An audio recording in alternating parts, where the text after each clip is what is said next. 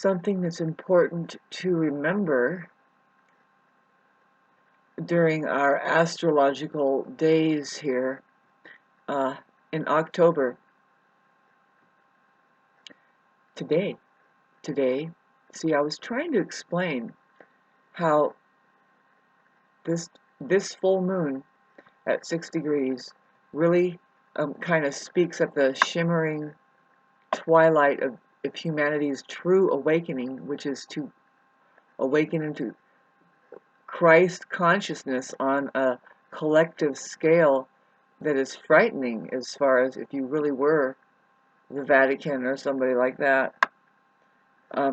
See, when Neptune goes into Aries, that's when, boy, a lot of big talk about just steam train forward, changing the face of humanity forever, just awakening, Neptune changing not just signs, but clicking into a whole new zodiac phase, which is to start from one Aries and go all the way through.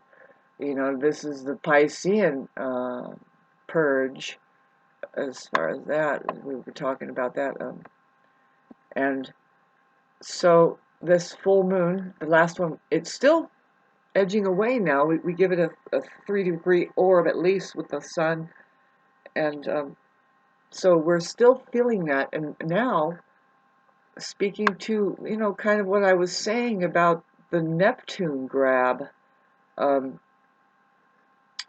we have here in October, just trying to get to that right now,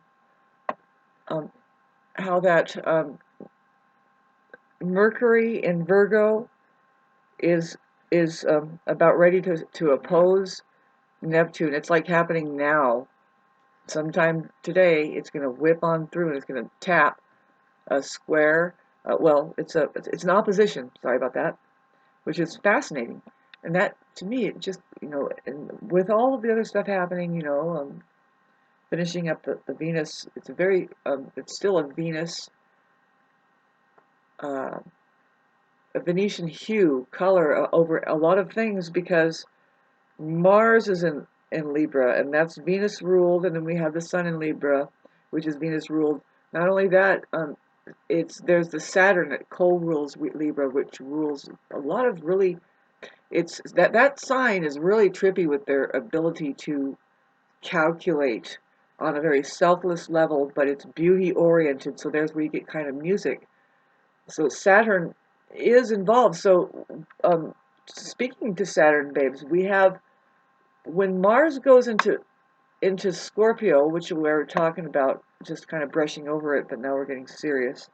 13th of October, it trines Saturn.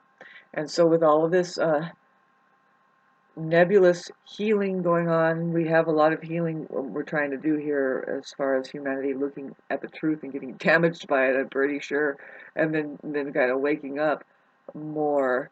What I mean is, with the Mars is going to be opposing, well, it's going to trine Saturn. That's going to give it a, let's see, is it a trine? Yeah, it's a trine. It's like the first time we've experienced this constructive energy with Saturn, since it's been in Pisces in the very beginning. Talk about speaking to a Neptune transit, it's kind of brushing over, but with Mercury going through, doing the opposition to Neptune, like right today, it's so speaking to, well, it's just like I'm trying to communicate something for healing at the very least.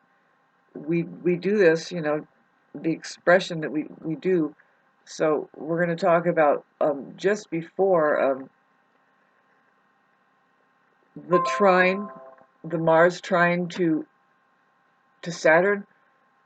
We'll back up a little bit from the 13th of October, and Mars happens to square on the 6th here. It's coming up. Mars is going to square Pluto, and that is not easy.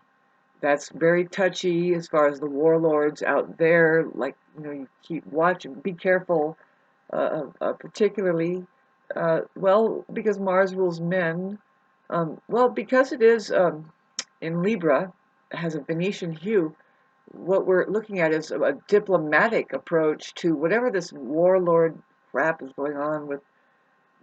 I don't know about you, but it's like, well, should I stay or should I go? Like it's really like, should I make that phone call or should I not? And it's like, Shauna, you have to stick up for yourself and at least just toss that. You have to toss a bomb over there because if you look at it, they did a lot more bomb tossing than you did. And the first offense is atrocious. And now, you just need to make it known. If people are going to talk about anything, talk about your mistake you made of pouring asphalt on your land and making yourself look like a buffoon, especially if you didn't have permits. But I don't like this at all. But really, that buffoonery part about really, you should know that that's just wrong. You should not do that. I'm sorry.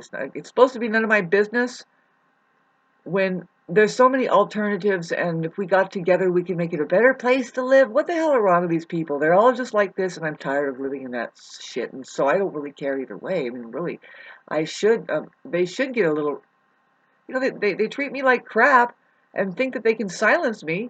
Well, at the very least, here I am. I'm gonna wait till they have lunch, the government workers, and they're just sending me in circles. But now I get to find a different worker. This first guy, gosh, the story is that I'm supposed to believe that he's just having a bad day, but really he's a fucking low life narcissist, and they're out there and they don't know really how to. They're not going to help anything. They're not going to solve any of your problems. Sorry, excuse me. I need to approach this with a better attitude, right? And just say, no, these people. See, I'm learning. It's just thanks for sitting through this. It's just what I'll be doing is straight to the point. I would like to know if they have permits. Can they call and give me a call?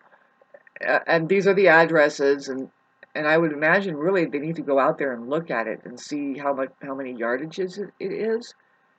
But I need to get straight to the point without these people. And as far as the environmental thing, see, the environmental people called me and says, well, we don't handle blah blah blah with asphalt.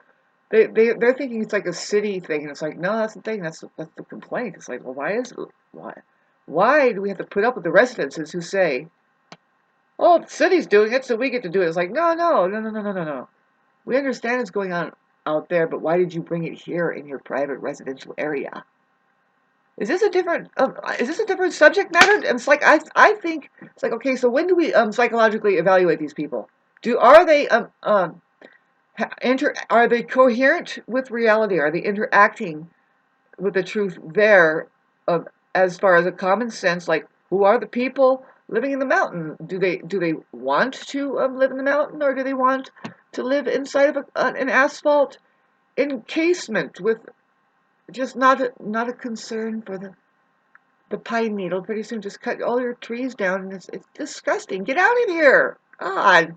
I would like for there to be a collective yes, and nod each other in the morning and say, would you like my apples? And then, see, I would give them to them in a basket, but right now I just want to get the most rotten ones and just throw them at 88 miles an hour directly at their heads. It's a different world, man. I'm trying to get what I want, but they're getting what they want, I guess.